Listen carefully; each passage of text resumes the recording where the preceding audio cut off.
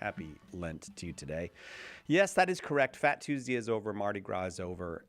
We now start and I'll put this in quote, 40 days of Lent. Today's Ash Wednesday. So if you're just joining us right now and you didn't know why everybody looks dirty on their forehead today, that's it. It's Ash Wednesday. If you have any questions about the Catholic faith and you are not a Catholic, we're going to hold the phones for you today. 888-318-7884. Perfect day to talk with non-Catholics, where all the Catholics are out there. We're not alone. I mean, other people do this as well, but the Catholics are all out there with crazy-looking foreheads today. Why aren't you Catholic is the question we want to ask you. 888-318-7884.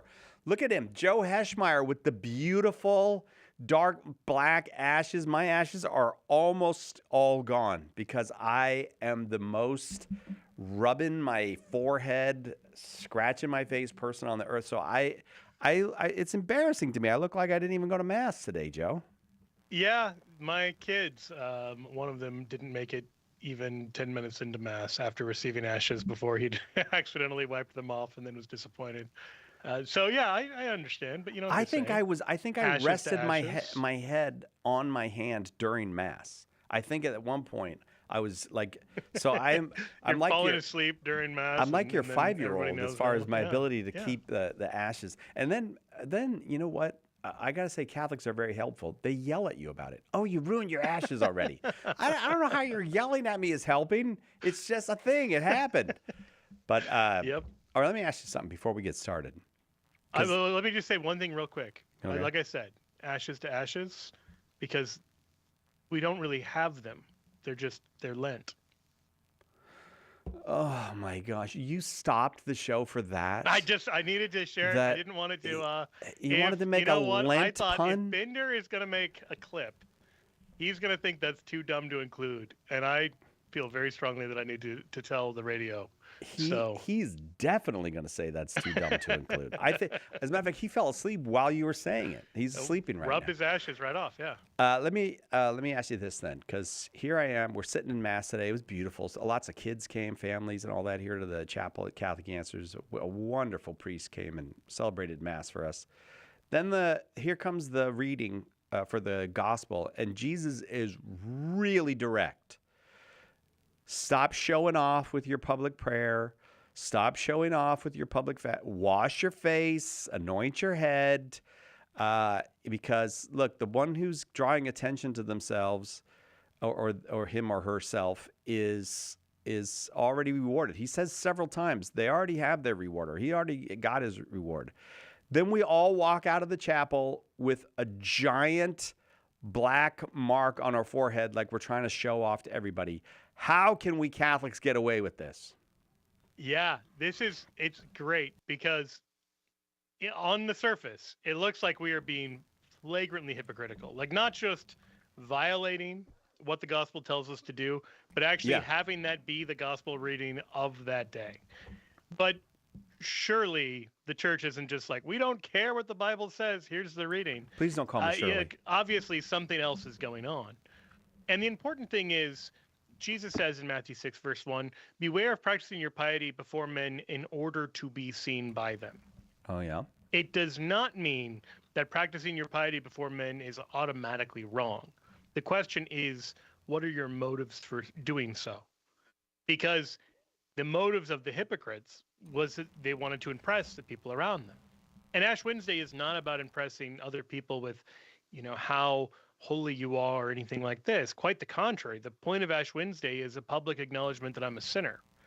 And so it really is the opposite of what the hypocrites, what the Pharisees were doing. They were talking about how holy, how self-righteous they were.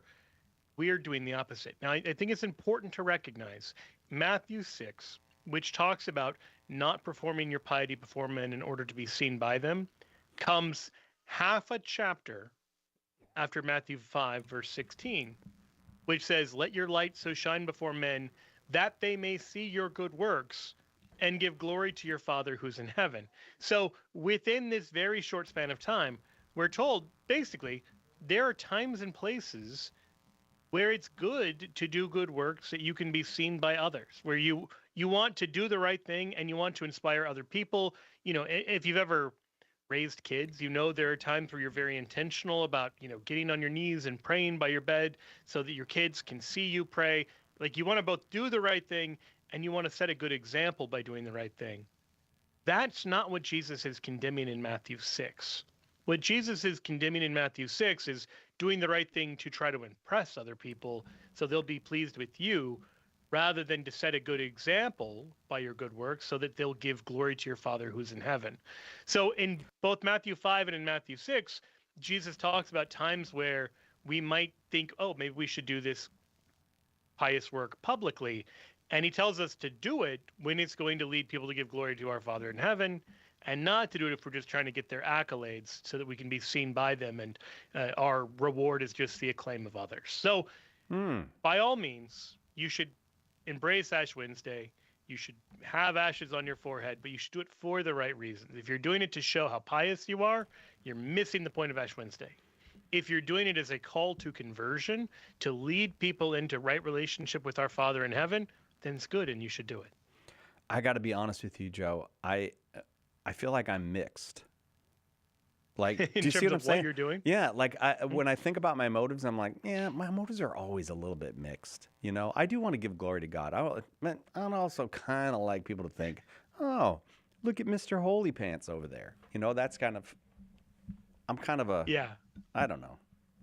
Yeah, it's actually a great point, because the Catechism even points out that a good work can become a bad work if you're doing it for sinful motives. Like, if you're doing it for purposes of your own pride, then it stops being a thing that you ought to do.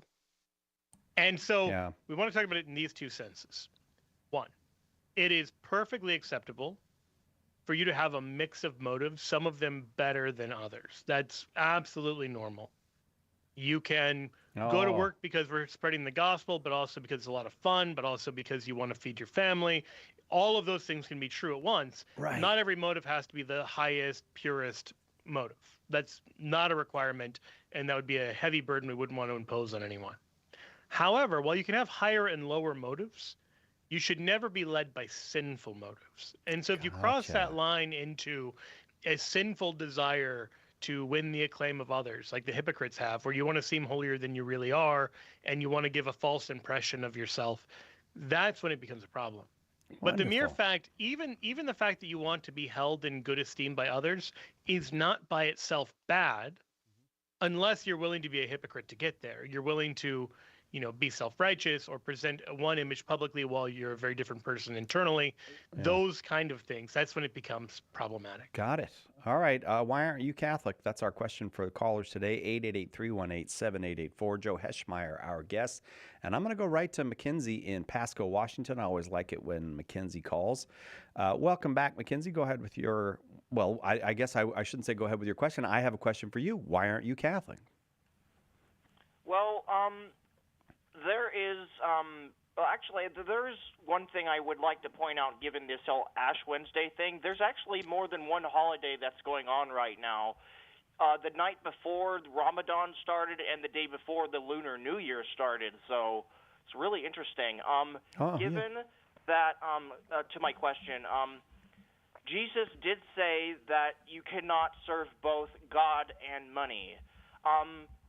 Certain Protestant churches, I'm not saying Protestantism as a whole, I'm just saying certain denominations that have supported the MAGA movement have combined both politics, religion, and money. Certain church leaders or individuals putting their money towards a political candidate. Whereas with the Latter-day Saint Church, our 15th leader of the church, Gordon B. Hinckley, said that, we should address issues and not personalities, and it is the personalities of those churches. We take a hands-off approach when it comes to endorsing people. Our church does not endorse any, specific political party, even though you have a freedom of voting whoever you want to vote for. But ultimately, I believe certain Protestant groups have failed in listening to what Jesus had said about serving both God and money. Would the Catholic Church agree with that? I think we'd make a few distinctions. I would note, kind of in passing, I mean, Joseph Smith did run for president in 1844. So it isn't as if, like, the Church of Jesus Christ of Latter-day Saints has historically been completely nonpartisan. But the distinction between the legitimate secular sphere and the religious sphere is a legitimate one. I don't think that's so much a case of serving God and money, because I think someone can be thoroughly political and religious without being greedy, without, the warning against serving mammon is using money as an idol. And I don't think someone who's political is automatically guilty of that. Certainly they can be.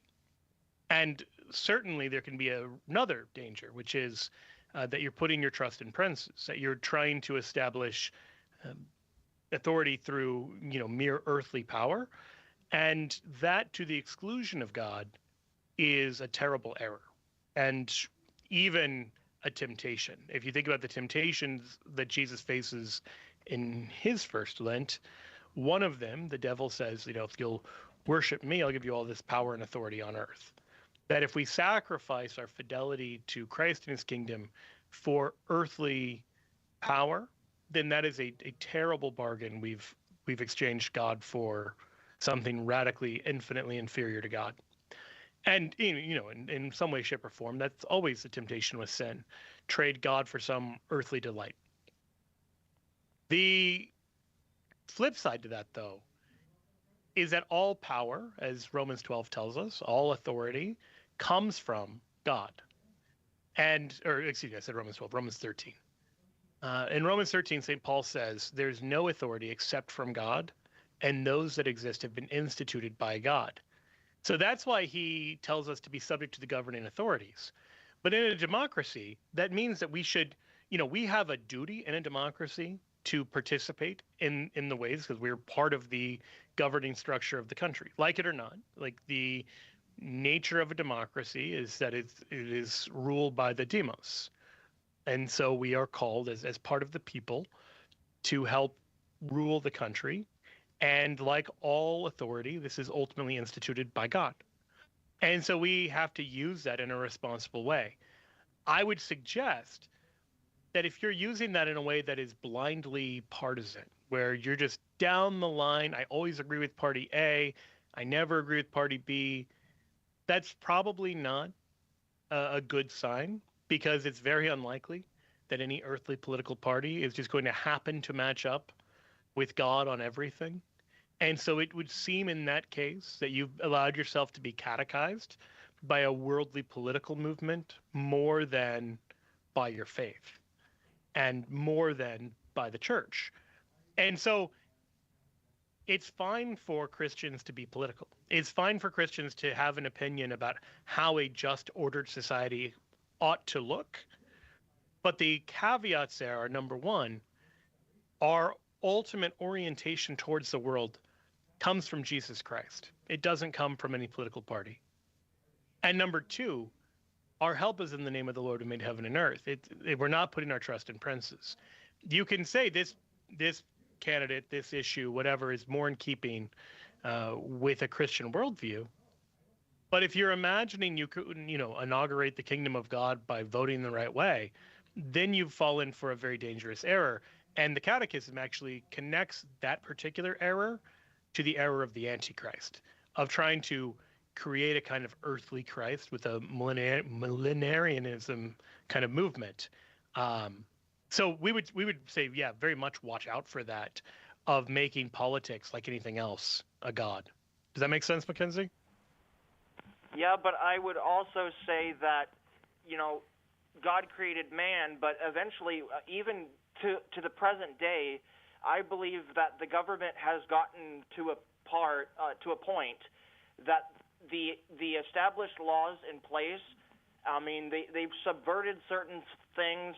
They've gotten to the point where the USCCB has had to put out a statement against to what this administration, as of now, is doing. When it inevitably goes against God's laws, human laws going against God's laws, somebody has to say something, and I'm glad that the USCCB did. Yeah, I mean, we are reminded of St. Peter's words, we must serve God rather than men. Like, we are on the one hand, as Christians, called to be, as St. Paul says, subject to the governing authorities. But if the governing authorities violate the law of God, our fidelity is to a higher law, the law of God. And so when the government acts in an unjust way, when politicians, when your preferred political party act in an unjust way, you have a moral call to not go along with that, and even as appropriate to stand up against it and to speak out against it. So yeah, I agree. I think the USCCB did the right thing on taking what I'm sure they knew was going to be an unpopular stand on immigration, because they saw, I think correctly, that some of the things being done were not easy to harmonize with a vision of the gospel, or with the way we're told to treat the stranger and the immigrant. Mackenzie, that I gotta go to the break. We're a little late for the break, but thank you. It's always great when you call. Thanks for being numero uno today. There's one line open. If you're not Catholic and you want to tell us why aren't you Catholic, give us a call. 888-318-7884. Hang on. Catholic Answers Live will return in a moment. Support for Catholic Answers Live comes from Catholic Chemistry, a dating app for Catholics. Founded by a longtime member of the Catholic Answers team, CatholicChemistry.com. Are you a coffee drinker? If so, you can now enjoy a coffee roasted to perfection by the Carmelite monks of Wyoming. Delicious Mystic Monk coffee is roasted and prepared by monks in a hidden cloistered monastery and is available in over 25 varieties. All Mystic Monk coffees are works of perfection and labors of love. For more information on how to purchase Mystic Monk coffee, visit mysticmonkcoffee.com. That's mysticmonkcoffee.com. What brings you closer to our Lord during Lent? I want to be more kind, and I want to be always excellent at church with Jesus. And Jesus loves me, and I really want to be closer to him. As you journey toward Easter, listen to EWTN Radio for encouragement to help you to draw closer to God's love and mercy. Visit EWTN.com/Lent.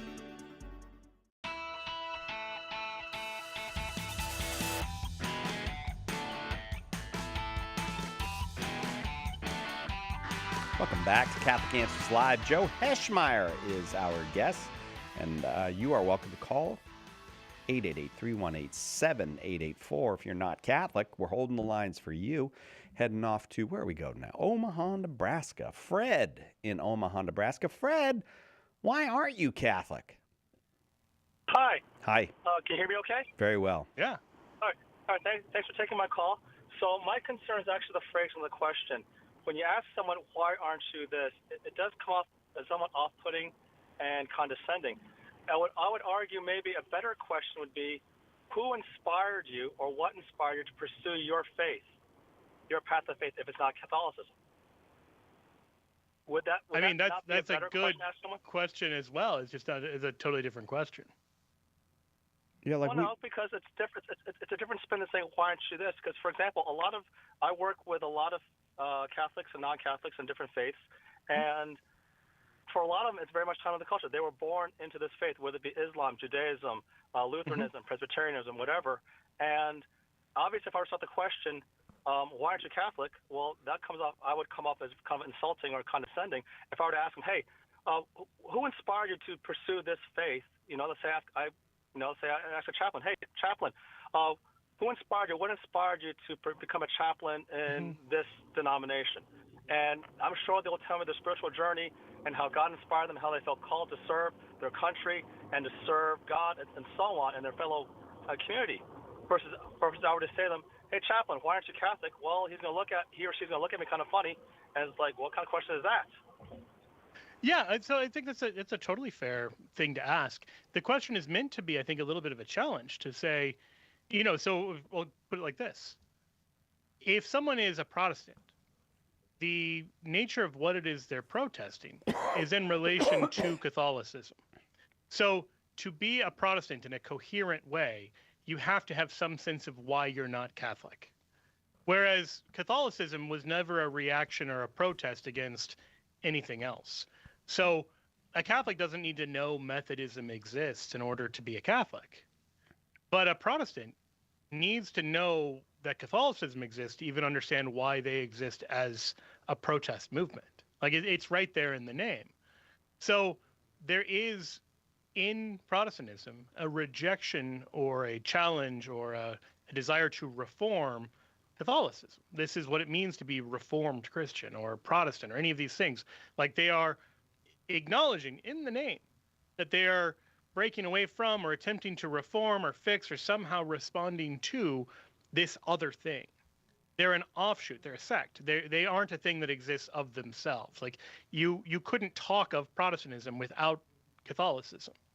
And somewhat similarly, even if you say something like atheism, the term atheism would make no sense if people had never heard of the idea of God, because it's a rejection, of course, of theism. And so it's a reaction against. And so someone could believe in God and have no idea that anyone on earth didn't believe in God, could have no idea there was such a thing as atheism. But if somebody declared themselves an atheist, that requires, like if there was a world in which nobody believed in God, there would be no such thing as atheism. Like we don't have a term for people who don't believe unicorns exist, because we all just take for granted that we don't believe unicorns exist.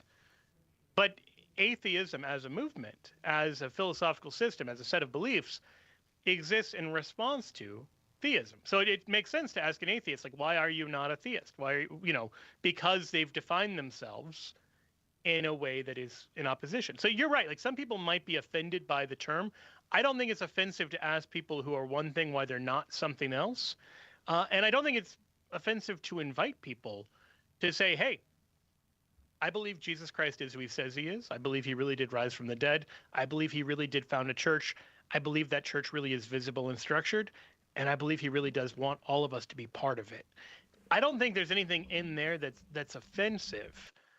I would be interested in your response, Fred. Would you find that to be too combative or too offensive of a take? Generally, yes, because unfortunately in my past, I have encountered people of all different denominations start off with, why aren't you us? If you're not us, you're going to go to, this place. I called back in December. You sent me a wonderful book, How to Talk About Jesus to Others, so thank you. But again, I just think a better phrase, rather than say, why aren't you this? A better question would be, well, what do you believe in, and what made you pursue this? So yeah, me, I don't oppose that phrasing as well. Like, but those are just two completely different questions. Like if I say Possibly, who inspired you as a Methodist, that doesn't really tell me if you have any lingering doubts about Catholicism, or explain to me why you're not currently a Catholic. Like even if you're like, I think, these Protestant thinkers like C.S. Lewis are amazing. I also think Protestant thinkers like C.S. Lewis are amazing. But that doesn't explain why you're a Protestant and not a Catholic, unless I have some sense of what your reasons are for being Protestant and not Catholic, not just what do you like within Protestantism, because those might be things I like within Protestantism or that any non-Protestant likes within Protestantism. It doesn't really get to the heart of the question we're trying to ask. Like, I understand being delicate, but if we're so delicate we tiptoe around the actual issue of, hey, we're divided. Christ doesn't want us to be divided. What would it take for us not to be divided? Like at some point, I think we do have to have those hard conversations. And I think that's true even when we're talking to a non-Christian, even if there is that, I'm worried not just that we're not one, but maybe that you're not going to go to heaven. Like, that's not rude. Like in the same way, I don't think it's rude if a doctor tells a person they have cancer. Now, they might do it in a rude way. They might do it in a more diplomatic way. But if somebody has cancer, we can't, in the spirit of politeness, just be like, well, we can't mention that to them. We should just ask them, like, what do they like about their health? No, like at a certain point, we have to be able to address the elephants in the room. Fred, I don't know if you're originally from Omaha. I'm a Midwesterner as well. And I know there can be a strong impulse to sort of not have those hard conversations. And that often that means the people having those hard conversations are the people who are the most tone deaf and maybe kind of insensitive to the feelings of others.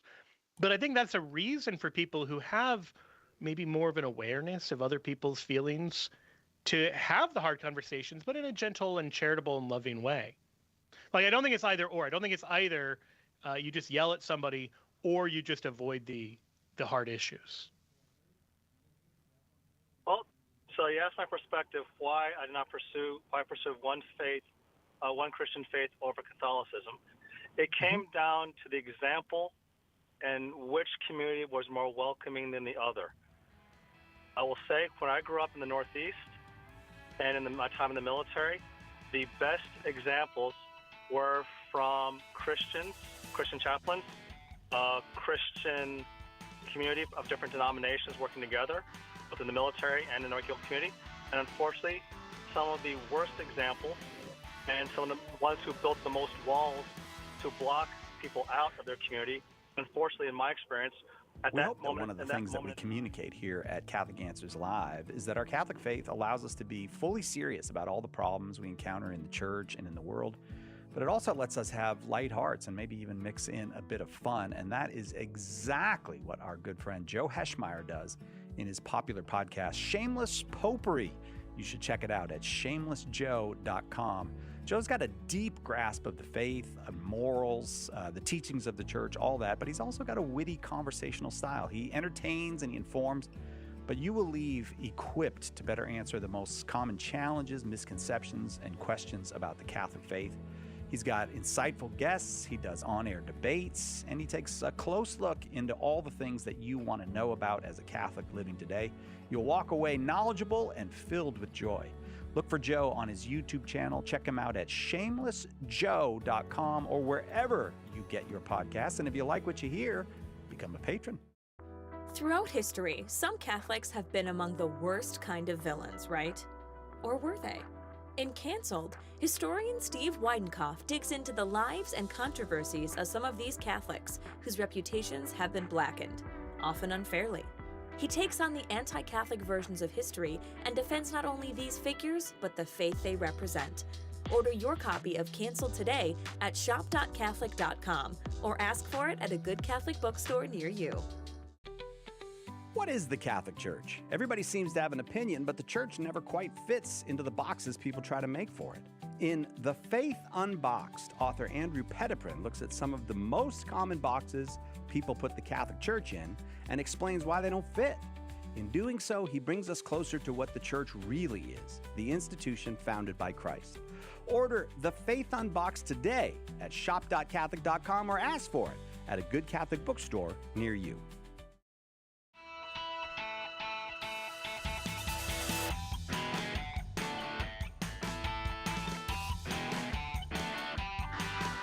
Welcome back, Catholic Answers Live. Fred in Omaha, Nebraska. We're asking folks, why aren't you Catholic?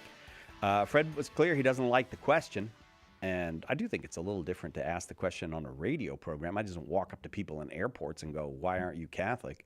I kind of wish you would. Yeah, I'm already not very popular in airports. I'm the guy that's confused in front of you, who's probably between you and your flight that's taking off in 20 minutes. So I don't need to be less popular in airports. But Fred's point was, look, that's kind of a rude question. Why aren't you Catholic? But he was gracious enough to answer it before we went to the break. So, Joe, I'd like to get your response. I mean, his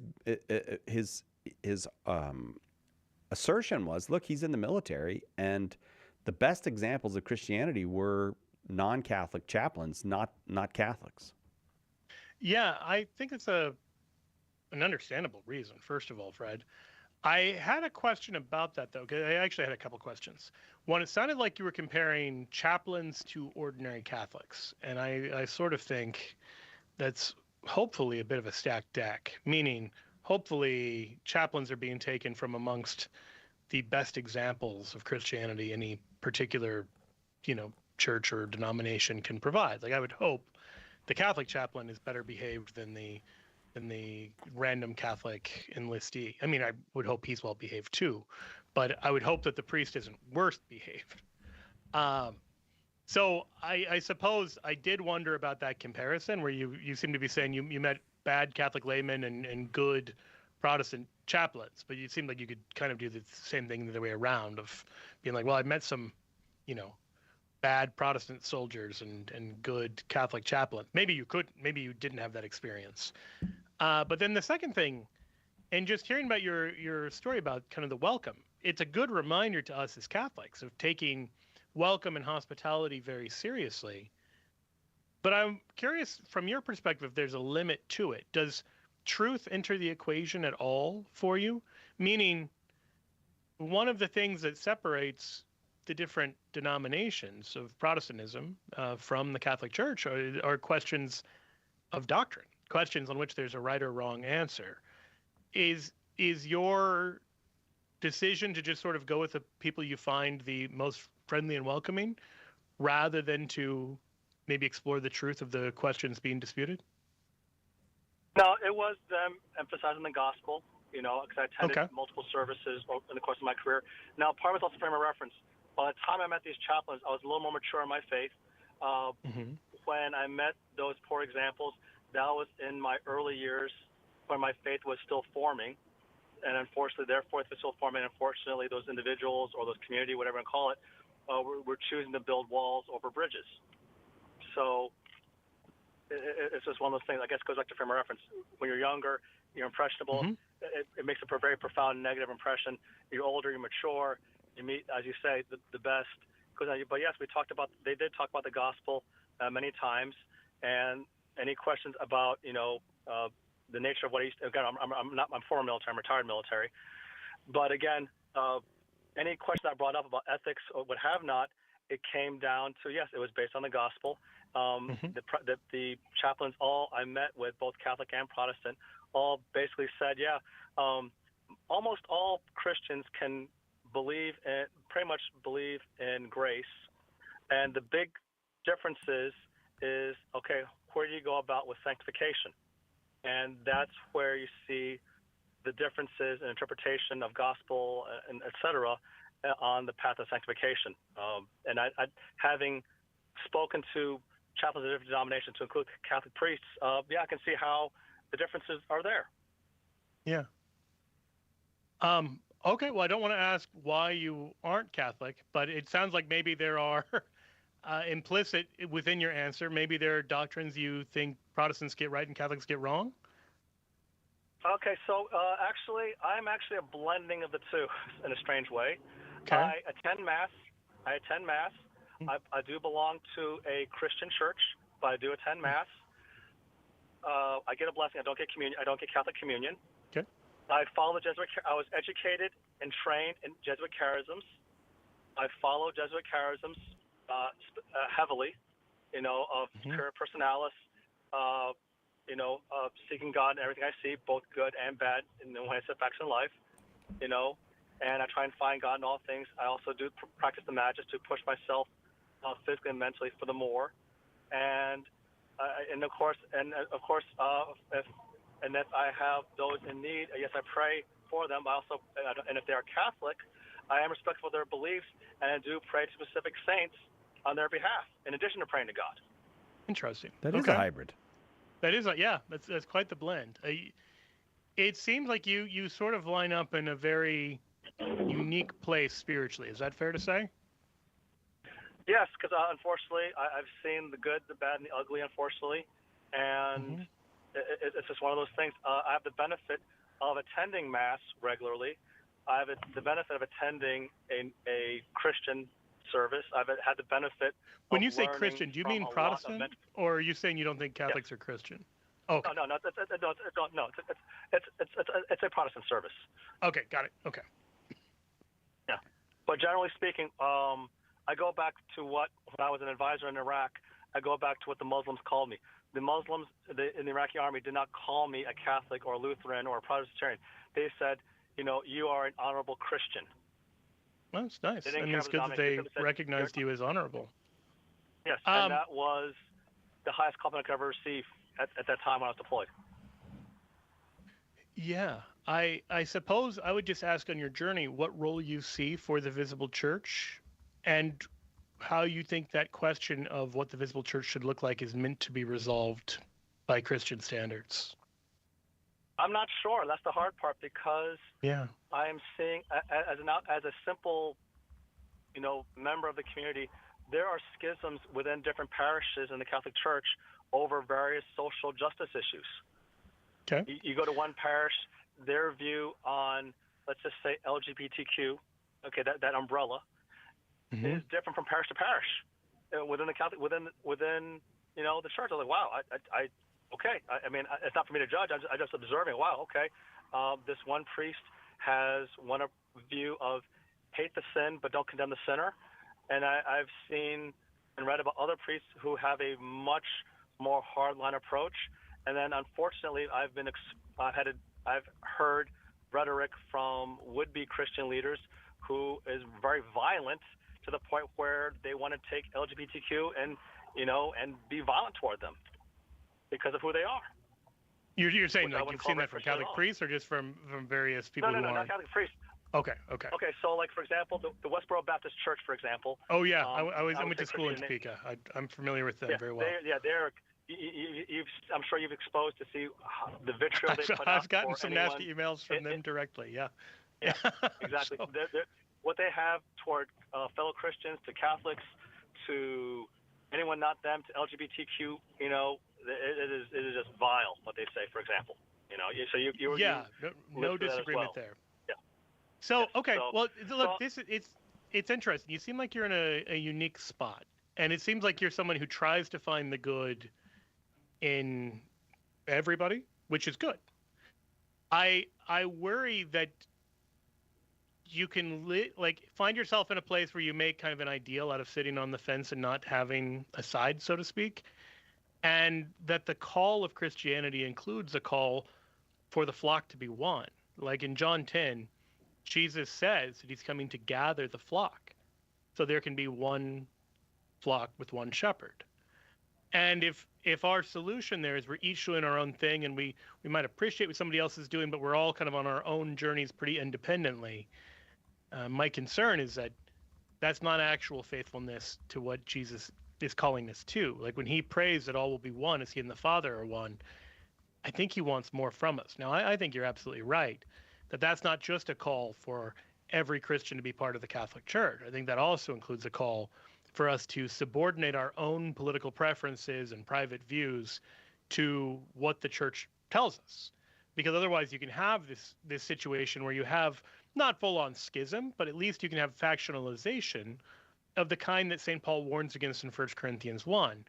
And so if people are identifying themselves by their group within Catholicism against other Catholics, I think you're right to see that as a real problem.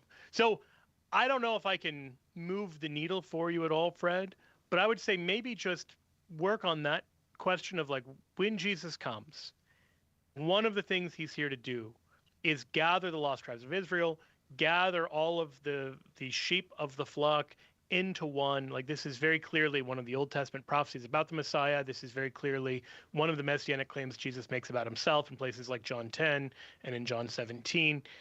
And then when you look at like Gamaliel's challenge in Acts, one of the points he makes is if this isn't of God, it's going to factionalize. And if it is of God, it'll stay together. And so where do we find a church that is one visible church, even as it often feels like you're herding cats within that church? And I would suggest to seriously read on and pray on that question and see if God isn't inviting you into fuller communion. And that will bring us to another break. We have, but it's been a good long conversation. I'm glad we had it, Fred, but we got to take this break. Right back where we will ask more folks, all of them waiting on the line right now, why aren't you Catholic on Catholic Answers Live? Hang on. We'll be right back with more Catholic Answers Live. The Catechism defines evangelization as the proclamation of Christ and his gospel by word and the testimony of life. But what does that look like in real life? It looks like St. Paul street evangelists out in the public square sharing the good news. We're a Catholic nonprofit that starts conversations by handing out free sacramentals. Then we employ our method of listen, befriend, proclaim, and invite. Catholic Answers is supported in part by St. Paul Street Evangelization. Visit streetevangelization.com to learn more. Mother Angelica had a simple goal when she began EWTN: to reach the world with a gospel message. EWTN is the most trusted source of authentically Catholic content on the air today, featuring Mother Angelica, Dr. Marcus Peter, and Father Wade Menezes. We've never wavered from our mandate to proclaim the truth and majesty of the Catholic faith. Thank you for joining EWTN in this mission.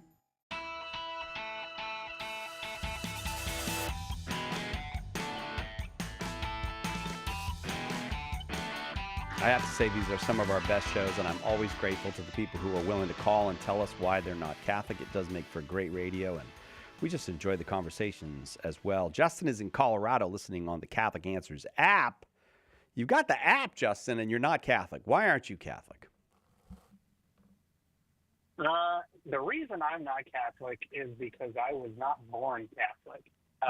We can fix that. I was born in a Protestant evangelical family. Okay.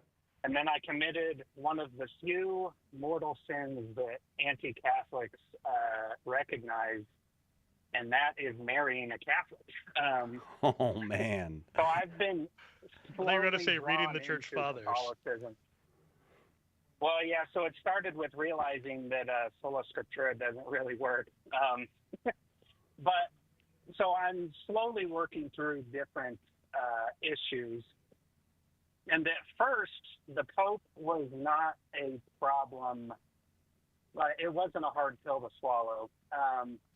But as I've gone down different rabbit holes, one of them I went down was the 1689 London Baptist Confession of Faith, where I think it's chapter 26, paragraph 4, they're talking about Christ being the one and only head of the church, and that therefore the Pope is the Antichrist. I listened to a couple podcasts from, anti-Catholic Christians, and to be fair, they were very, very poorly cited. They didn't give a lot of references to what they had to say or the claims that they made. So a lot of it I was able to take with a grain of salt. But the one argument they were making that I've had a hard time dissuading, I guess, in my mind, was their statement that in 2 Thessalonians 2 talks about how the man of lawlessness takes his seat in the temple of God and proclaims himself to be God. And so their argument was that, the temple of God is the church. And so the Pope takes his seat in the church. And granted, I think understanding can be had on different terms that the Pope uses and stuff like that. But one of the quotations they gave was from Pope Leo XIII in his encyclical Reunion of Christendom, where he says that he is, well, I'm trying to remember exactly what the phrasing was, but it was something along the lines of, we sit in the seat of God Almighty. And so that, their argument was that, here we have an example of the Pope claiming that he is God. He's taken his seat in the temple of God in the church. And yeah, I've just been trying to find some better peace on that topic and wondering if you could help me there. All right. Yeah, I'd be happy to. So there's several things there that I want to kind of unpack, if you don't mind. One of them is, what does the Bible say about the Antichrist? Because, 2 Thessalonians 2 doesn't actually mention the Antichrist. I mean, it might be the same thing, but it mentions the man of lawlessness and the son of perdition.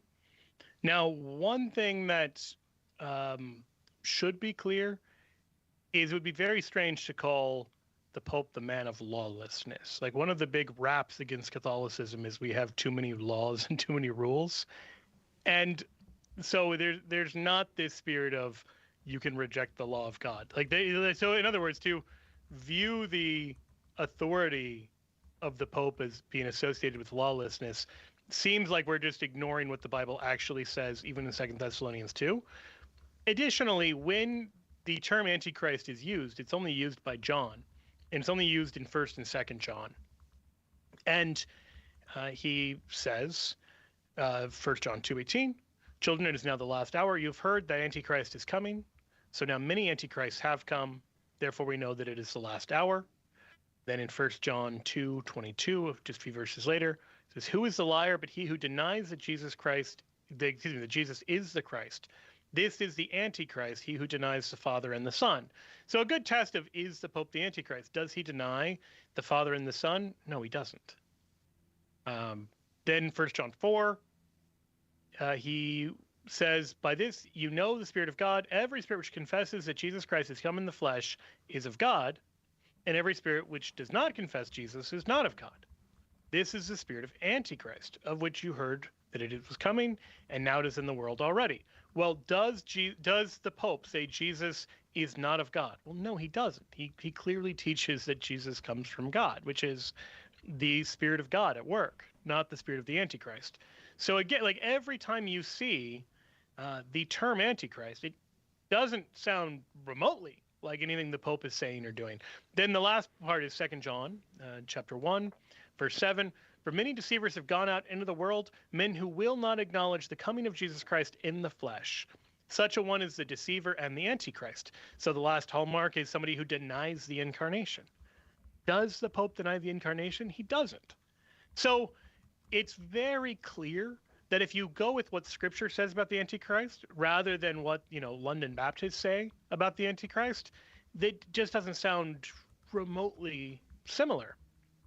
So what do we do with this other part? Because you're right, there are these bold claims that the Pope makes where he claims to be able to, speak and act with divine authority. And this, I would suggest, takes looking at what the Bible has to say about authority more seriously. Because Jesus says in Luke 17:10? He who hears you hears me. No, is Luke 10:17? What is that? Let me look it up. Sorry.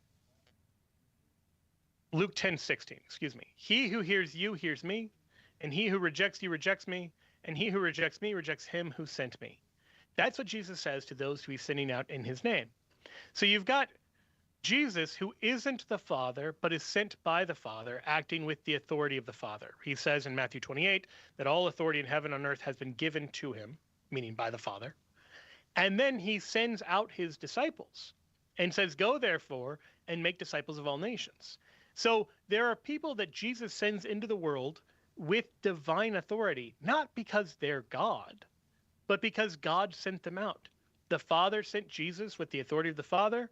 Jesus then sends his followers with divine authority, and we see them speaking and acting with that divine authority. So you have a few obvious places, Matthew 16 and Matthew 18, where Jesus says, whatever you bind on earth will be bound in heaven, whatever you loose on earth will be loosed in heaven. This is a promise of divine authority attaching to the apostles. St. Paul says, if we triumph, we will reign with Christ, which is, again, a promise of sharing in the authority of God. You have Acts 15, when the church speaks on behalf of God and says it seemed good to the Holy Spirit and to us. You have numerous places in the New Testament where the inspired authors speak on behalf of God. So I would suggest that clearly is not Antichrist. Unless you're going to say the disciples are all Antichrist, or, somebody acting with divine authority because they've been sent by God. That might be true or not. But that's not what the Antichrist is. They're not claiming to be God. They're claiming to be the vicar of Christ. Claiming to act on behalf of Christ is not the same as claiming to be him. Does that make sense? Oh, hang on. I'm so sorry. I put him on hold, and Justin, I apologize. Does that make sense to you? Yeah, that does make some sense. Much of their argument was, I know that the London Baptist Confession of Faith kind of throws the whole book at the Pope in that. Yeah. In that portion, they call him, I'm sure they throw the whole book at him. It's just one of those things that I have a hard time moving. It also out of my mind turns the Antichrist from an individual into an office, which is obviously wrong, because there's not just like one Pope. There have been a bunch of popes. So were all of them the Antichrist? That seems like, it has all the hallmarks of being really bad exegesis, where you're mad at somebody and then you just, I don't know if you've ever, maybe I'm telling on myself too much here. You hear something in Mass, or you read something in Scripture, and you're frustrated with somebody and you're like, they need to read this. And it's like, you probably need to read that. And so similarly, the London Baptists were mad at the Pope. And so they're taking this stuff about usurping the authority of God while forming their own church, which God alone has the power to do. And they're blaming the Pope. And it's like, guys, the Pope didn't invent the Catholic Church. You're doing something the Pope would never dream of doing. Like, you're forming your own church. That's much more of an arrogation of divine authority than speaking on behalf of God. All Christians are called to speak on behalf of God. This is part of what it is to be a Christian. Like, to be baptized priest, prophet, and king, you are called to share in the proclamation of the gospel. That is speaking on behalf of God. So, yeah, I think some of it is just the Pope speaks in a way that is foreign and off-putting to many Protestant ears. But if you were to actually say, well, is it biblical or not, I'd be hard-pressed to see why it wasn't biblical. Okay? Yeah, that helps. Thank you. All right. Yeah, absolutely. Justin, please call back on this journey. I'm very excited for you. And thank you very much for the call. I'm going to go to Pocatello, Idaho, where Cormac is watching on YouTube. Cormac, why aren't you Catholic? Hey, can you guys hear me okay? Yes, very well. Yeah. Okay. So one of the reasons is, I called in I think last week about ex-Mormonism and whatnot, but I've been looking at both the claims of Orthodoxy and Catholicism because of the apostolic succession, and that's not the premise of my question. The premise of my question is a lot of the Orthodox apologetics, and especially with the Church Fathers, I've noticed this a lot, is the early Church Fathers, it is undeniable that they say, to be in communion with this church, Rome, is to be in the true church, right? Mm-hmm. The emphasis on being in communion with Rome in the early Church Fathers, pre-schism, pre-even Nicaea, right? Yep. So one of the big Orthodox counters to that I've seen is, well, Rome used to be Orthodox, and after the schism they weren't Orthodox, and so now, of course, the Fathers would say, be in communion with Rome, but now they're not Orthodox. I think it's a little selective. I don't think it's the greatest point, but it's one that I can't really find a good I think just recognizing the absurdity of it. If the claim is you have to be in union with the Church of Rome unless you disagree with the Church of Rome, that becomes meaningless. Yeah, exactly. And because what heretic throughout the ages who broke off communion with the Church of Rome wouldn't have said the same thing the Orthodox do now? They would just give a different date. If you're Oriental Orthodox, you think the church went wrong at Chalcedon, or you think the church went wrong, whatever your particular schism, whatever your particular heresy is, you just say, oh, sure, we all should have been part of the Church of Rome until I disagreed with them. And that's kind of showing the absurdity of the position, I think. That either you have a principle or you don't. But to say you have a principle until it gets inconvenient is to not really have a principle. And, none of the early church fathers talking in this way, people like Irenaeus talking about the necessity on account of the preeminent authority of Rome for all Christians to be in union with this church, none of it is saying, I happen to agree with them and I hope everybody else does. That is absolutely not what they're saying. They're saying there is an authority to this church, and it's the Apostolic See, and so it's a matter of necessity to be in union with them. You read Optatus against the Donatists in the early 300s. You read Irenaeus in the 100s. I mean, it's just super clear. They're not just saying we happen to agree. They're referring to the leadership and authority in the Orthodoxy of Rome as this thing that we can just accept and build our unity with the church around. Cormac, do you have a copy of Joe's book, The Early Church Was the Catholic Church? No, I've been wanting to pick it up for a while. Well, I think you're about to. What you have to give us is an address where we can mail it. If you'll just hang on and give Edgar your address, we'll mail it off to you. Why aren't you Catholic this hour and next hour? Joe Heschmeyer will stay with us, and we'll take whatever anybody who calls and is willing to tell us why they're not Catholic. We'll take that call. 888-318-7884. I'm sorry I've kept some of you waiting, but we'll get right to you when we get back on Catholic Answers Live.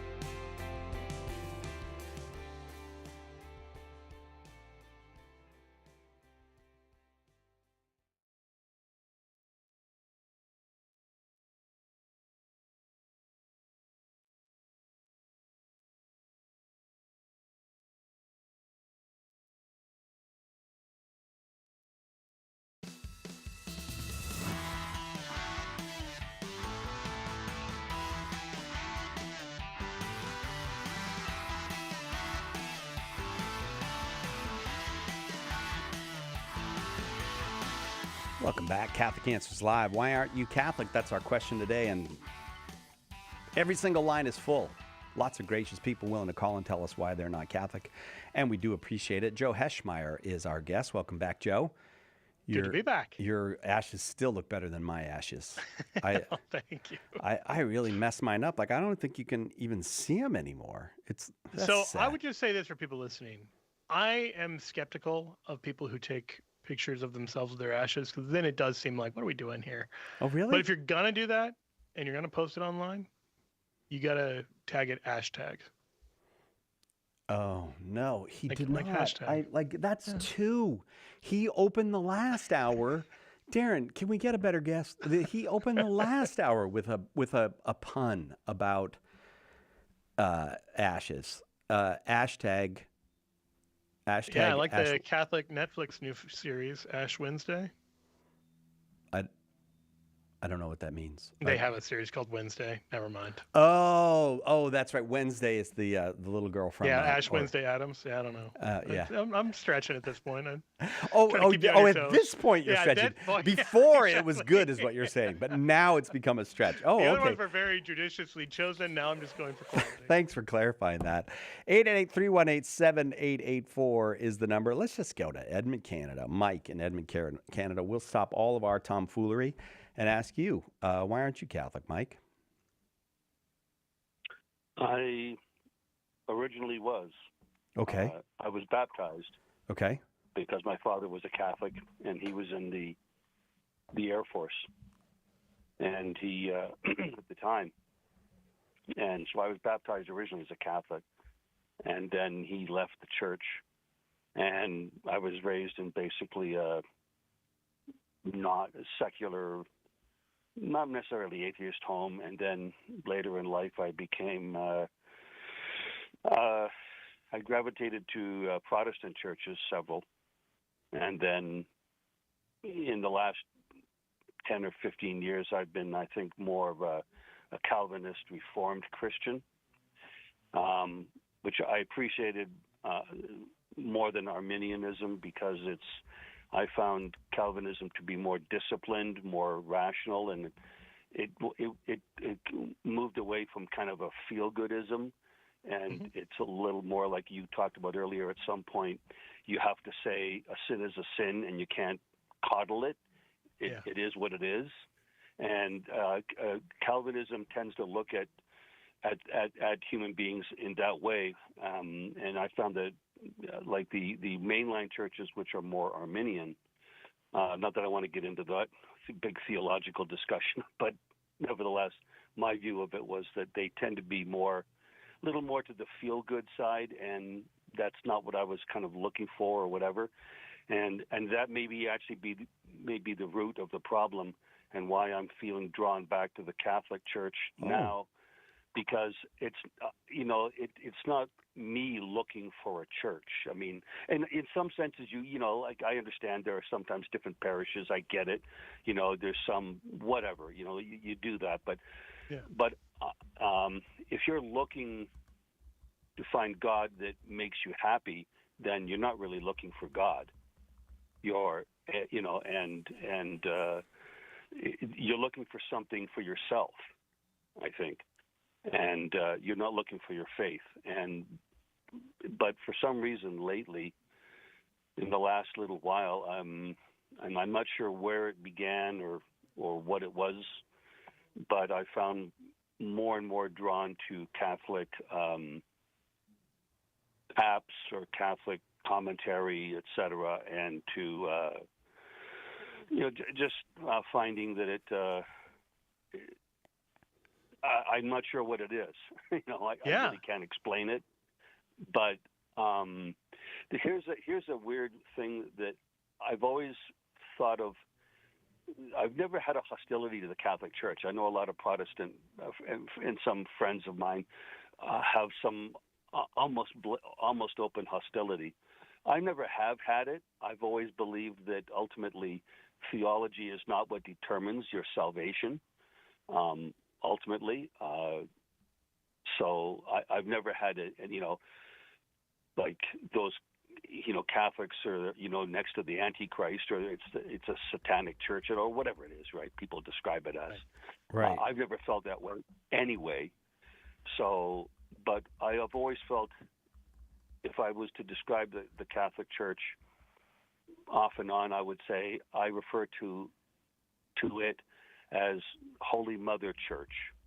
Man. That's how I've always kind of felt, when I thought about it.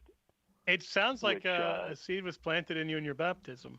The tug upon the thread. If you've but that was if you've ever read 69 Rights years Revisited, ago.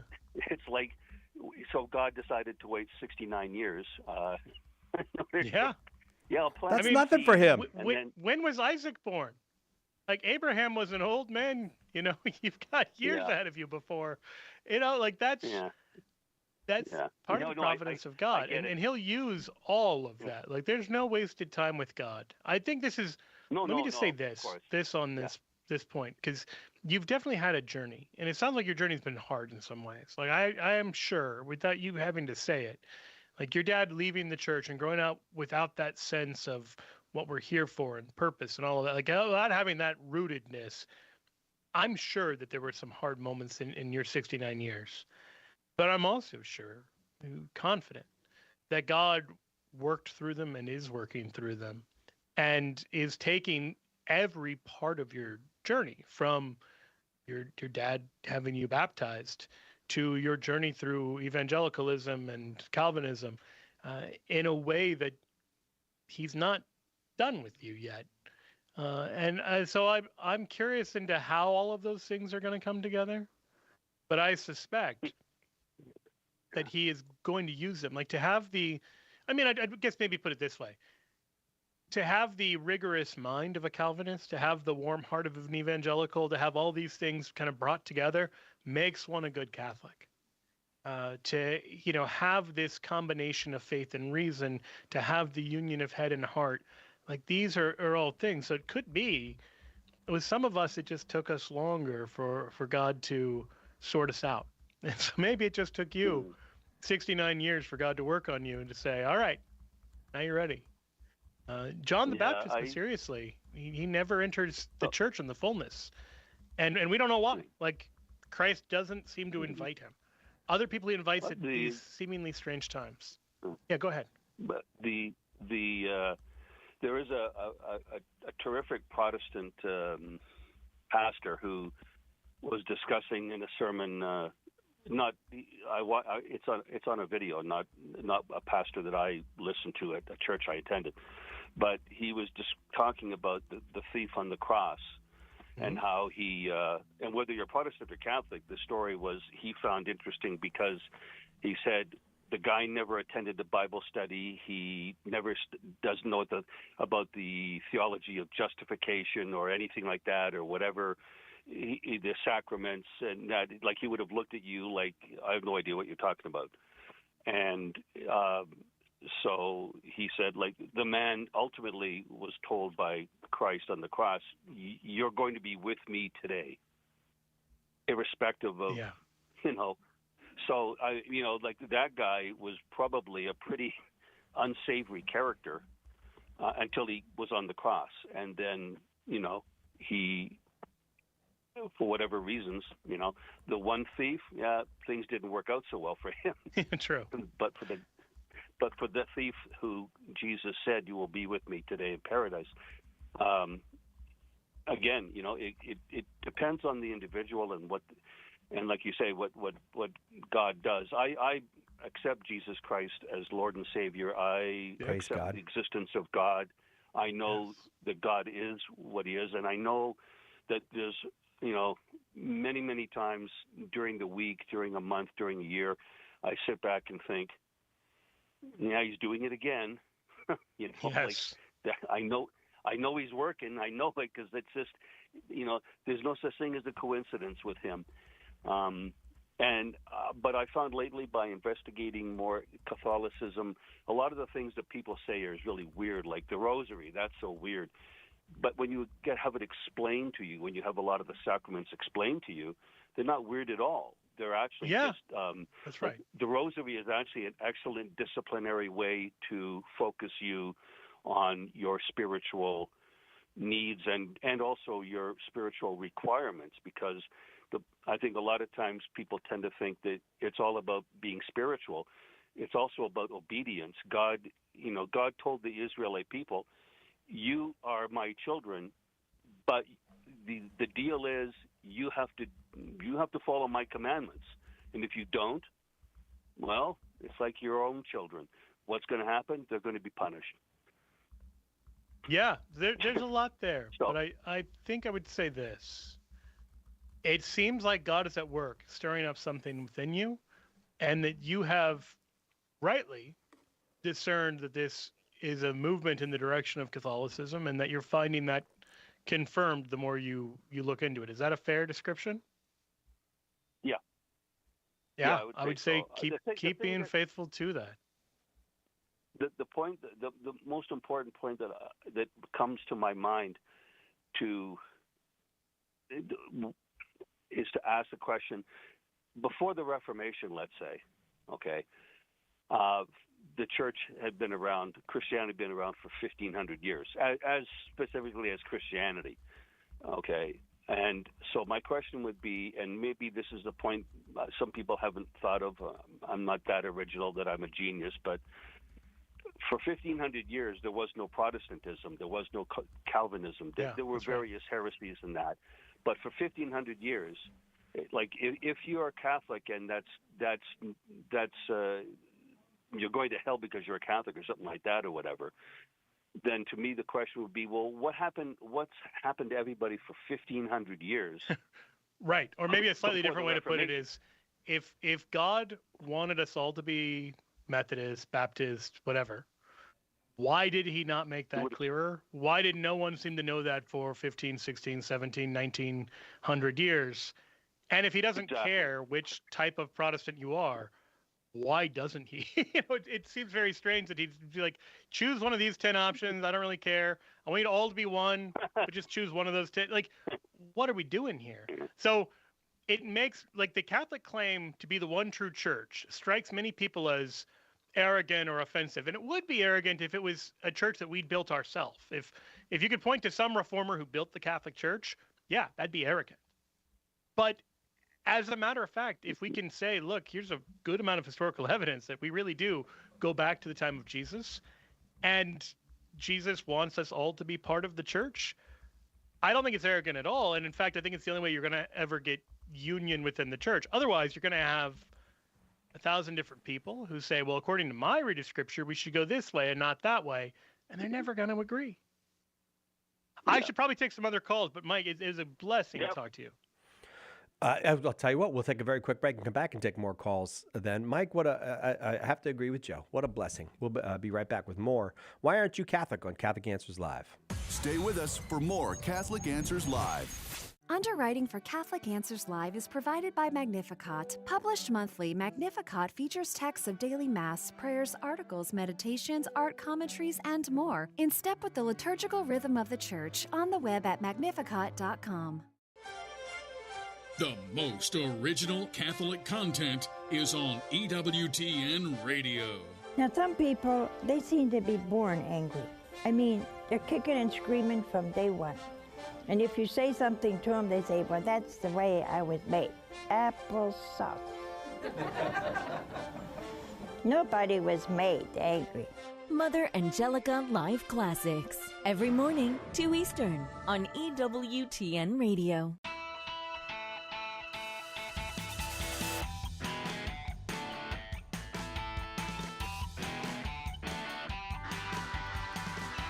Welcome back to Catholic Answers Live. Joe Heschmeyer is our guest, and I got to tell you, Joe will be one of the folks on the Catholic Answers cruise that's coming up. It's a pilgrimage to really where the Catholic faith crossed over into the great bulk of Europe, that is along the Rhine River there, and Charlemagne and Hildegard and all kinds of other great ones brought that Christianity to the masses there, to the great masses of what were called and are still called the Germanic people. If you'd like to come with us on the cruise, we're going to be there The boat departs from Amsterdam on on May 3rd, and it brings us all the way up the Rhine to Basel, Switzerland. And if you'd like to find out more about it, go to you can send an email to cruise@catholic.com. Send an email to cruise@catholic.com. Here's why I'm telling you to send an email. You can find out all about it at catholiccruise.com.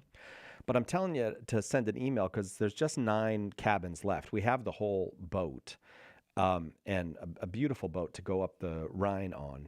No rowing involved, so all of your propulsion is taken care of, and food and drink and everything else. But I just want to be clear, no rowing involved.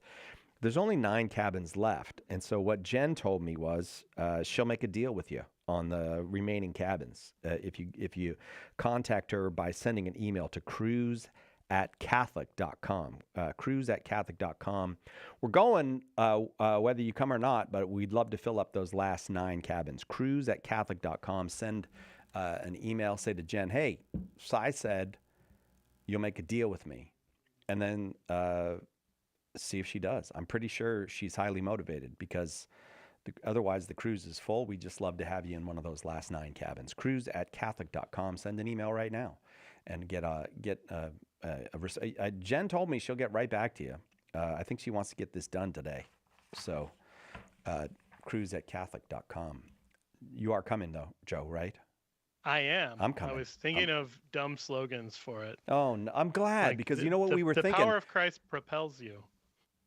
Because you're talking about propulsion. Yeah.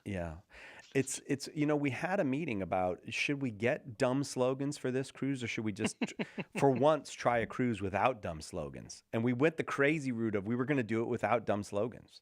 So it seemed like good cruise control. He's unstoppable. You cannot stop him.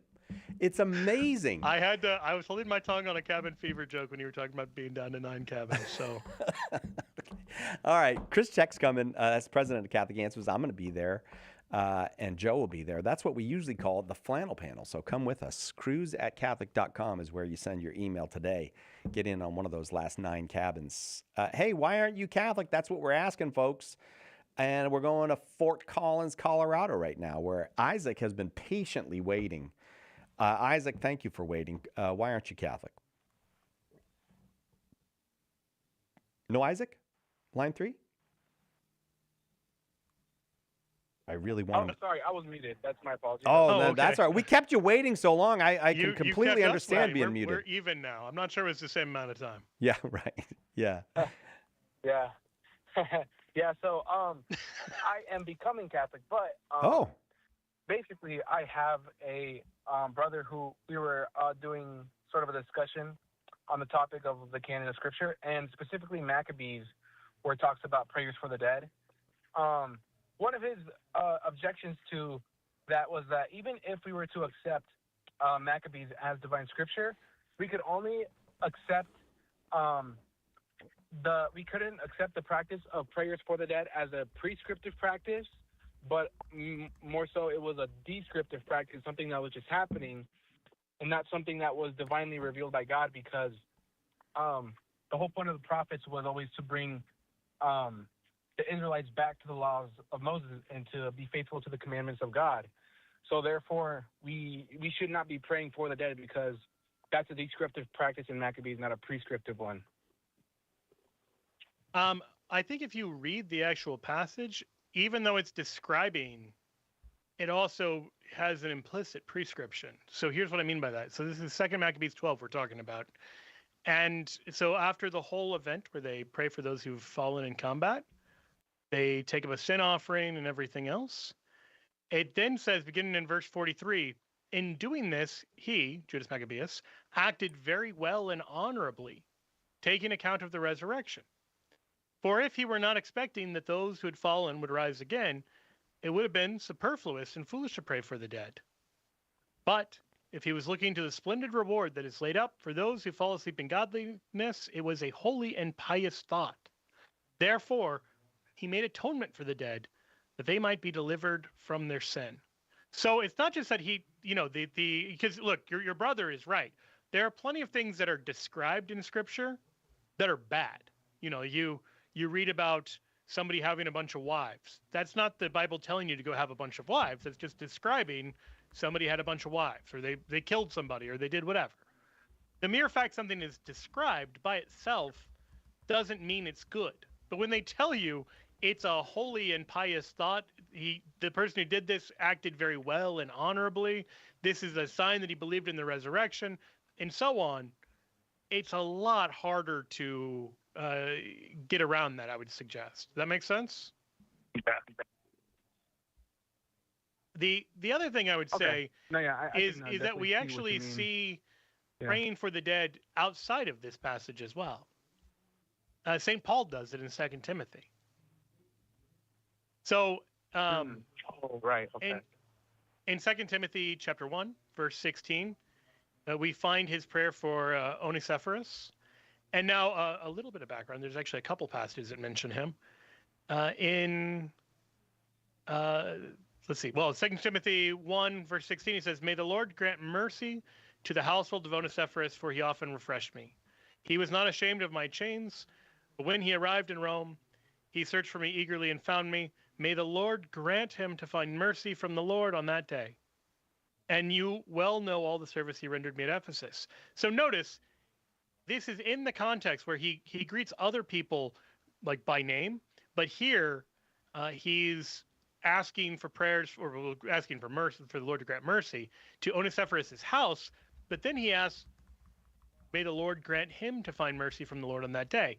And Onesiphorus is very much past tensed, like he is no longer walking the earth. And then in 2 Timothy 4, verse 19, same book, he says, "Greet Prisca and Aquila and the household of Onesiphorus." Now, why is he not greeting Onesiphorus? The obvious implication is he is no longer in a place where he's going to be receiving a letter, because he has died and is now going to stand before the Lord. So we have that combination of places like 2 Maccabees and places like 2 Timothy to show, yeah, there was praying for those who had died. Another good thing, if you want a supplemental resource, the Jewish Encyclopedia, which is all available online, has a good article by Rabbi Kaufman Kohler on the historic Jewish belief in purgatory.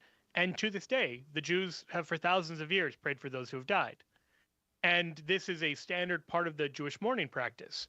If that was evil, if that was incompatible with Christianity, it's weird that neither Jesus nor the apostles ever condemned it, and we seem to see the apostle Paul practicing it.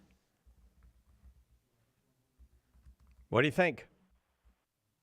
That's awesome. That's awesome. I It actually is kinda appreciate that answer. I read your book, Catholic, the early church was a Catholic church, and it was great. And I appreciate all the work you do, Joe, on YouTube. It's amazing. Thank you very much. I appreciate that a lot. I pray for me this Lent. And also, we should pray for you as you're coming in. Yeah. I appreciate that. All right. Well, I'll tell you what. We'll send you another one of Joe's books. If there's one you don't have, just tell Edgar, and we'll put that in the mail to you. We have a very generous donor who makes it possible for us to give books away, and we'd love you to have another of Joe's books. I'm going to go to Ontario, Canada now. Alex is there. Alex, we'll try to get a response, but we might need to keep you through the break in order to have a full conversation. Okay? Yeah, sounds good. All right. Why aren't you Catholic? Well, I was baptized Catholic when I was a baby, and my parents kind of raised me Protestant. And as we kind of went on, they kind of started to drift from the church. They went through like some corrupt pastors, and it was kind of nasty. And, like after they drifted from the faith, my whole family kind of did. And I did as well. A few years ago, though, when I started to, actually finally start to look into Scripture and study, the origins of the Bible and the Messianic claims, I started to see Jesus as Lord, Jesus as God, Messiah, and it's like, okay, where am I going to go to church now? And so I went over. I was like, well, to me at the time, I was like, well, wherever I go to church, it's not the Protestant church, because all of them around me are kind of teaching, and they're not really, it just didn't seem right to me. So I was like, okay, well, I'll go and try and give the Catholic Church a try. So I went and I liked it. I started going with my grandma because she's Catholic, And when I was thinking about getting confirmed, because I was baptized, never confirmed, I started thinking about getting confirmed. I said, well, I better learn about the Catholic teaching first to make sure there's nothing I disagree with before I, kind of lock in. I forget even what it was that I found that I didn't like, but I didn't like it. So I was like, well, where does the Catholic Church even come from? And I started studying church history. I found out about the Orthodox Church, and studying what they taught, I thought it was amazing. I thought, wow, this makes a lot of sense. It feels good in my heart. And then, going to an Orthodox church for the first time, all of the service was in English. Alex, I'm sorry. Alex, we got to finish on the other side. Hang on. The break and have you kind of finish the second half of the question? We'll be right back, Alex, to do that. Hang on. Have you ever wondered about the mysterious, even obscure aspects of the Catholic faith? Dive into the Jimmy Akin podcast, where Jimmy brings together information from many fields as he pushes the boundaries of apologetics. Tune in today to the Jimmy Akin podcast, Mysteries of the Faith, a highly entertaining, informative, and at times humorous show that will help you grow in your faith. Visit JimmyAkinPodcast.com today to subscribe. Lots of people have big questions about Catholicism. It needs a big book of answers, and now it's got one. The Big Book of Catholic Answers is filled with helpful replies to more than 250 questions about the faith. Questions about God, salvation history, the Creed, the Bible, the list goes on and on. Order your copy of the Big Book of Catholic Answers today at shop.catholic.com or ask for it at a good Catholic bookstore near you. What was the church like in its infancy? In a word, Catholic, and Joe Heschmeyer has the receipts. In his best-selling book, The Early Church Was the Catholic Church, he gives you the details from the historical records of the first 2 centuries of Christianity. Right now, get a copy for just $10, plus free shipping if you live in the continental United States. Get more information and order The Early Church Was the Catholic Church at theearlychurchwascatholic.com. What is the Catholic Church? Everyone seems to have an opinion, but the church never quite fits into the boxes people make for it. In The Faith Unboxed, author Andrew Petiprin looks at some of the most common boxes people put the Catholic Church in and explains why they don't fit. In doing so, he brings us closer to what the church really is, the institution founded by Christ. Order The Faith Unboxed today at shop.catholic.com or ask for it at a good Catholic bookstore near you.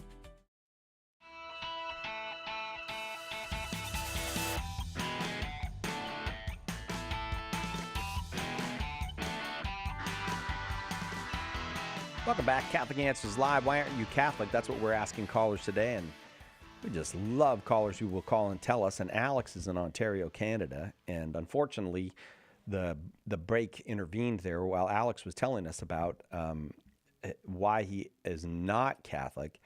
And he started going to an Orthodox church. He really appreciated what the Orthodox taught, and he really appreciated the way Orthodox liturgy appealed to him. He felt a calling in his heart to Orthodoxy.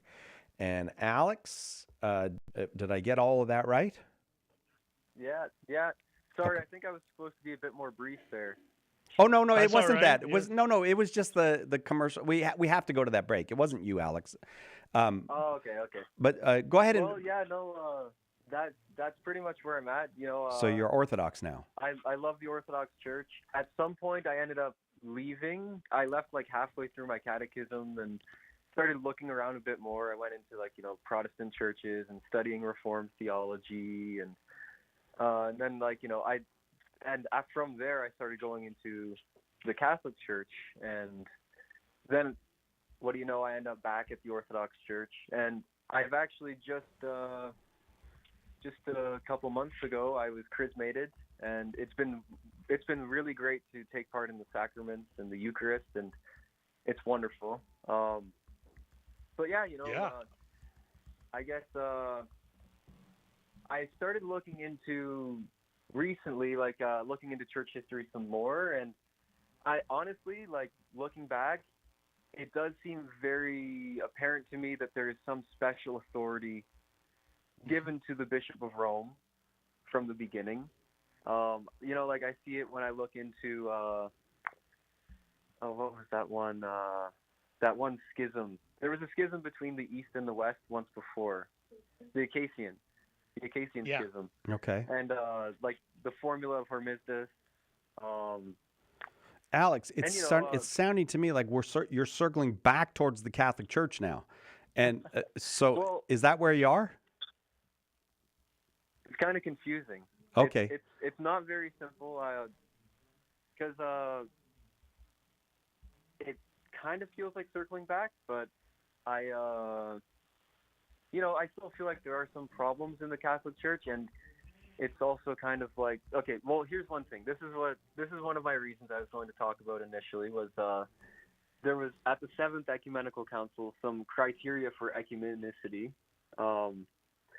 that in order for a council to have ecumenical status, it requires the agreement, the symphonia of the heads of the churches, the cooperation, the synergy of the Bishop of Rome, and the agreement of the other patriarchs.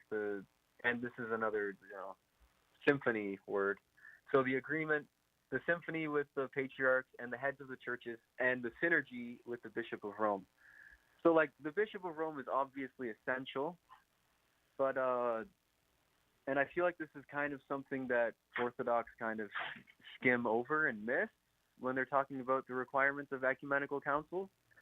But at the same time, it's if in order for a council to be ecumenical, a requirement is the agreement of the other patriarchs. It almost seems like nobody's right, if you know what I mean. Well, somebody is right, Alex. So let's get Joe's take on that, and then I'll come back to you. Yeah, I would say you can see from history that the consent of all of the patriarchs is not required for an ecumenical council to be valid. The consent of the Pope is required. And you can see this very concretely with a couple of real-life cases. So you have the so-called Robber Council, the Second Council of Ephesus. The Pope's legate, like his representative at the council, rejected it and says contradictator, I contradict.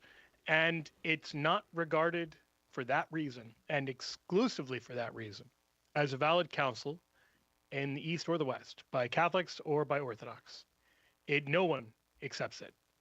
And it was quickly rejected by the Council of Chalcedon. Well, sorry, I shouldn't say no one rejects. No one accepts it. The Oriental Orthodox accept it, but it's not accepted by Orthodox, Eastern Orthodox, or Catholics.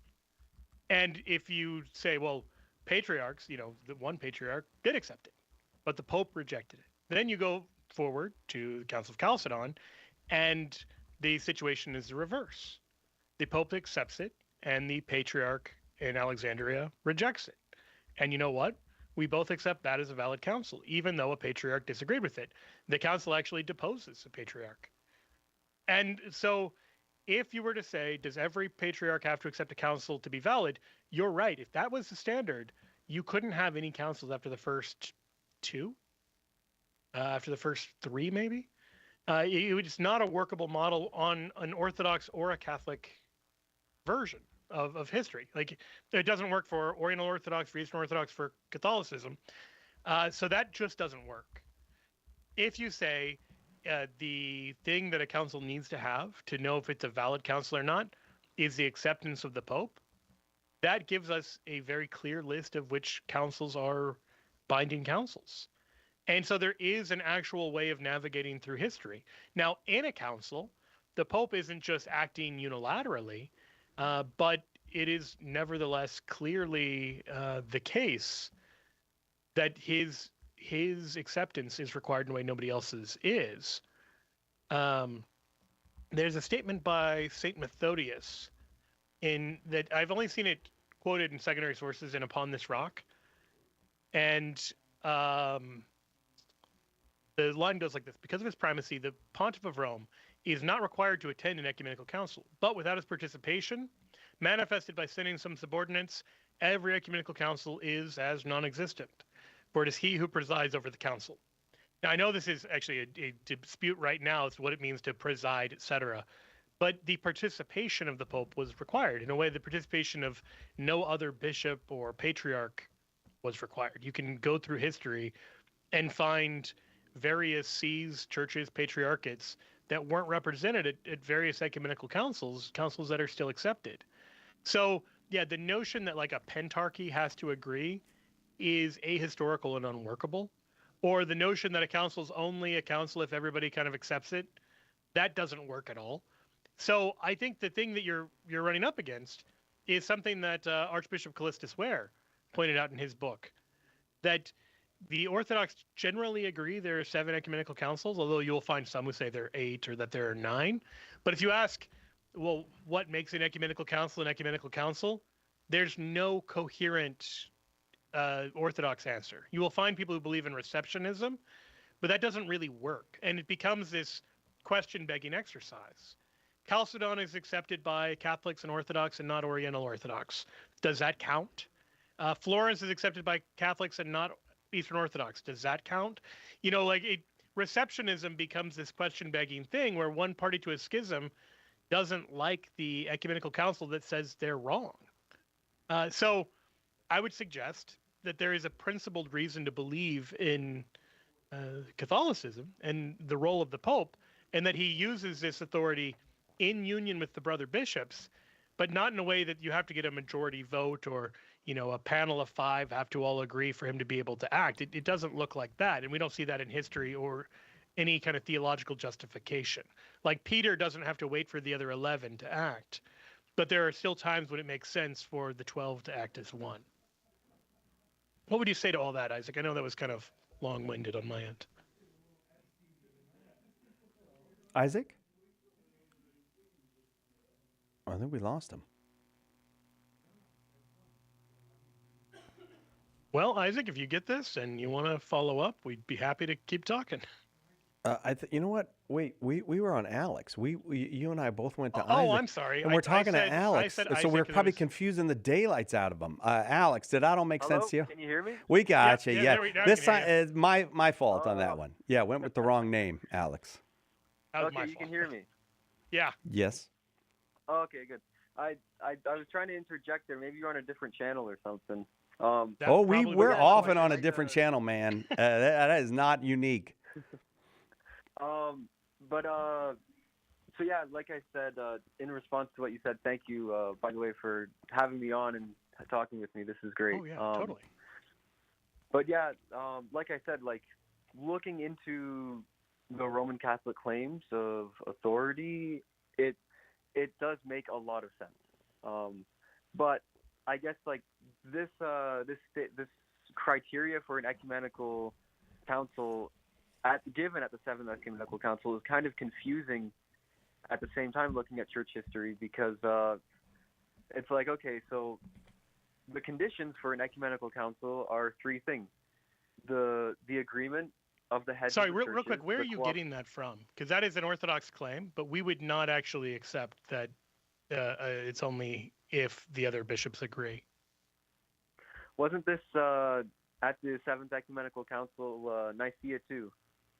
Maybe you can find me the part that you're talking about. I don't know the part that talks about symphonia. Symphonia is often used in Orthodox theology, and there is a legitimate sense in which at a council you have the Pope or his representatives acting in union with the other bishops. So in that sense, that's all perfectly true, but not in the sense of a patriarch veto or something. Right. I couldn't find the exact place in the Seventh Ecumenical Council, but I thought I had heard this point before, and I thought I heard it from a Catholic who said, because one of the criteria is the synergy of the Bishop of Rome. And so I went on Magisterium AI, shout out to Magisterium AI. I went on Magisterium AI and I was like, hey, did the Seventh Ecumenical Council teach that the consent of the Bishop of Rome is required? And then it gave me this quote. And it was like, okay, yeah, I remember this. So I don't know I don't know the exact place, but it seems like this was stated, that the agreement of the heads of the churches, the cooperation, the synergy of the Bishop of Rome, and the agreement of the other patriarchs. Maybe I need to look into it further to find. Yeah, the exact I would place. look into that, because I think you'll find that. I mean, even Second Nicaea isn't accepted by the Oriental Orthodox. So the historic patriarch of Alexandria. Oh yeah, no, I know. So if the model of like a pentarchy having to accept it, that isn't real. Like, that's a common Orthodox claim, but it doesn't work in terms of history. That brings me to break. I got to go to the break, but I will send you a book. We've got a very fine author here that wrote a book about Peter, or about the popes, called Pope Peter. If you'd like that, it's by Joe Heschmeyer. Just hang on. We'll send it to you, Alex. Still got some folks on the line, so we want to get to them when we come back right after this and ask them, why aren't you Catholic, on Catholic Answers Live? You're listening to Catholic Answers Live.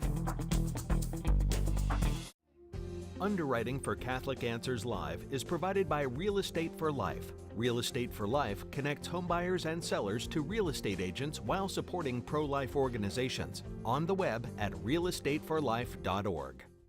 Hi, this is Father Daniel Brandenburg from the Legionaries of Christ. Now, I don't know about you, but I am a sinner, and I need to go to confession. Sometimes people think that priests don't need to go to confession, but that's not the case at all. Priests are sinners just like you and me. We need God's grace. We are all falling short of what God calls us to. And confession not only wipes away our sins, but it also gives us actual grace. So I encourage you all to make a good confession, to trust in the Lord, and to grow in His grace. God bless you. Who was the first Catholic in your family? Were they evangelized by a friend, a coworker, a stranger? Did you ever think that you could be that person that God uses to save a soul, and that soul could save their family, their grandchildren, and generations to come? At St. Paul Street Evangelization, a Catholic nonprofit, we train, equip, and mobilize Catholic disciples to do the urgent work of evangelization. Catholic Answers is supported in part by St. Paul Street Evangelization, streetevangelization.com.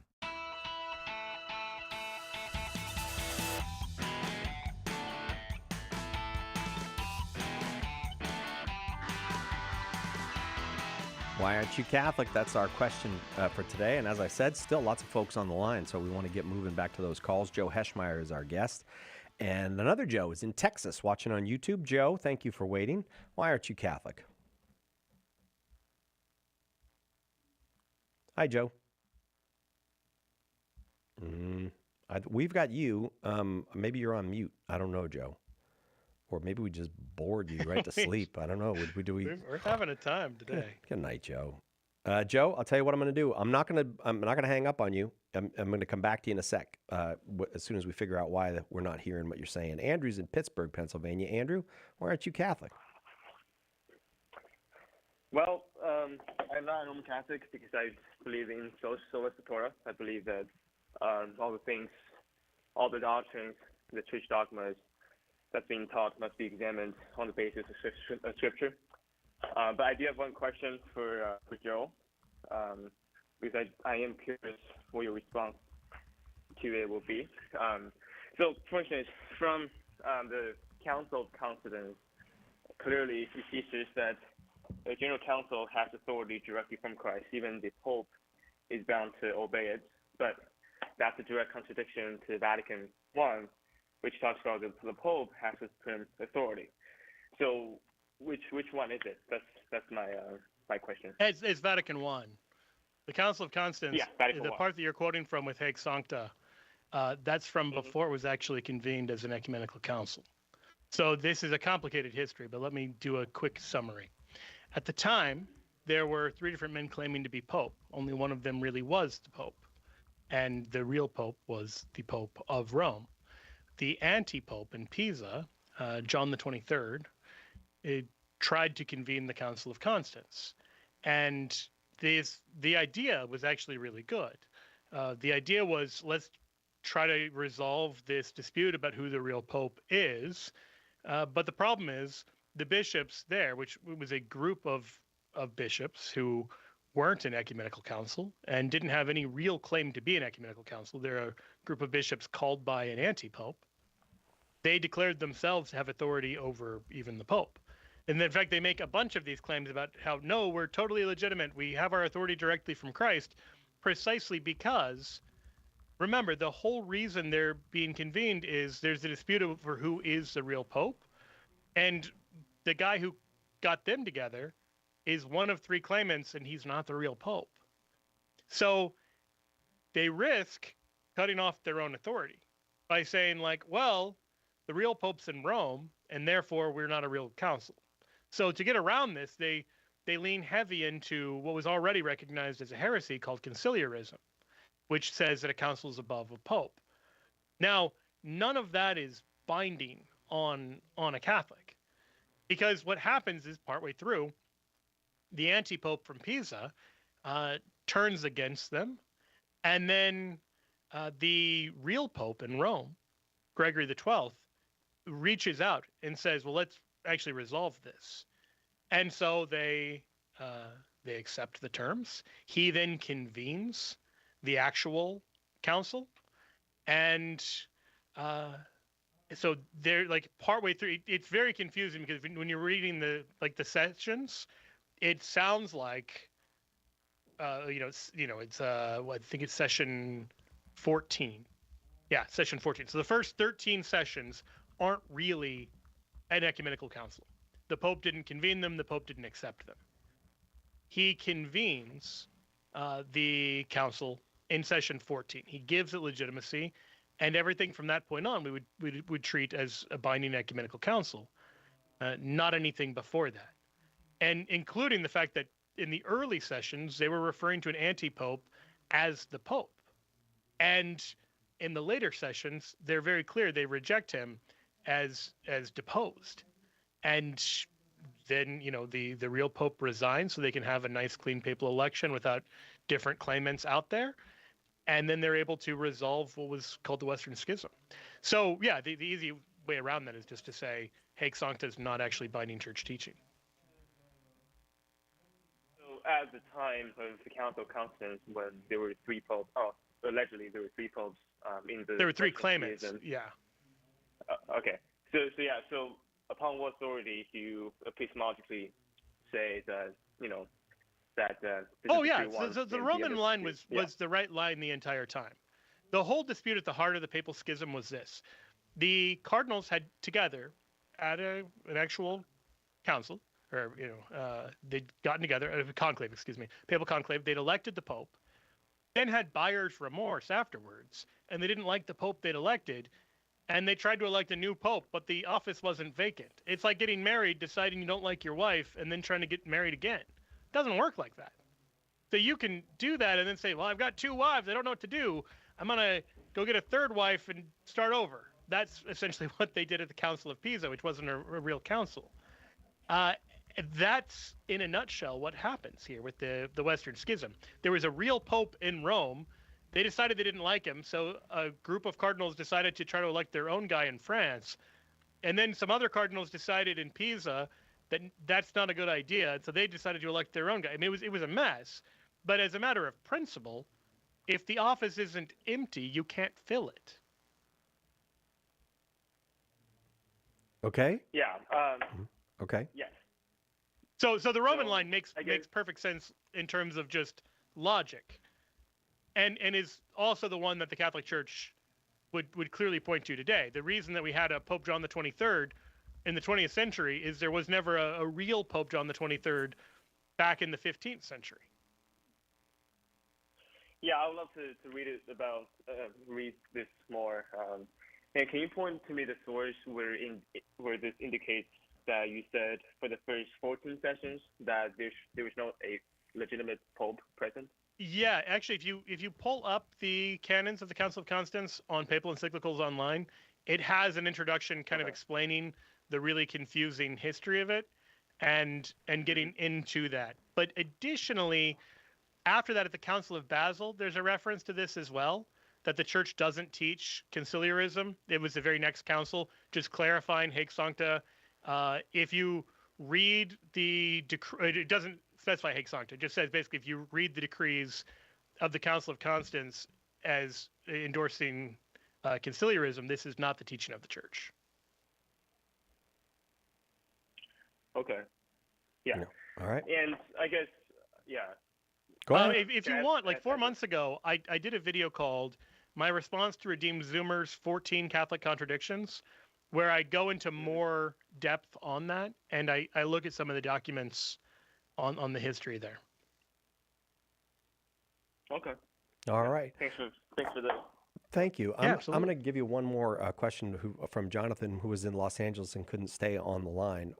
A couple was struck down in Acts of the Apostles after holding back. All right, that is true. Some subtlety might be needed there, but that's true. That feels like it contradicts the message of Jesus and the gospel. So I don't know. I guess Jonathan's saying that that's too contradictory for him. That's why he's not Catholic. I think this contradicts a certain vision of Jesus. And I think that's a good reason not to have a sort of mental image of hippie Jesus, because it is contradicted by the Old Testament and the New Testament alike. Because certainly people are struck down for, as he puts it, holding back in the Old Testament as well. Like, one of the recurring themes in the Old Testament is that it's not acceptable to give anything less than your best to God. I mean, go to, for example, Cain and Abel. The difference isn't that one of them is worshiping God and one isn't. The difference isn't particularly in, one is using meat and the other one is using grain. And, the difference is Abel gives the firstborn and Cain doesn't give the first fruits. So Abel offers the best of what he has to God as sacrifice, and Cain doesn't. He gives the leftovers. And the message from right there in Genesis 4 is that's not okay. It's not acceptable to give your leftovers to God. God deserves your best. He deserves everything. Now, to be clear, that doesn't mean you have to give literally 100% of your stuff to the church or, to Catholic Answers or whatever. It does mean that your whole heart should be set on God. And so there is this recurring theme of anything like being double-minded is very clearly condemned. Having kind of a divided heart. And Jesus shows this, when somebody wants to follow him but says, well, let me go bury my father first. Jesus has these really radical lines where he says, let the dead bury their dead. The point there is, come and follow him completely. Now, it's true, Jesus isn't dropping people dead during his earthly ministry. That's not what he's here to do. But in the case you're describing in Acts chapter 5 with Ananias and Sapphira, they make a promise. They say that they're bringing all the proceeds of their property to the church, but in fact they're lying. They're holding some of it back. And Peter says, Ananias, why has Satan filled your heart to lie to the Holy Spirit and to keep back part of the proceeds of the land? While it remained unsold, did it not remain your own? And after it was sold, was it not at your disposal? How is it that you've contrived this deed in your heart? You've not lied to men, but to God. And then he drops down dead.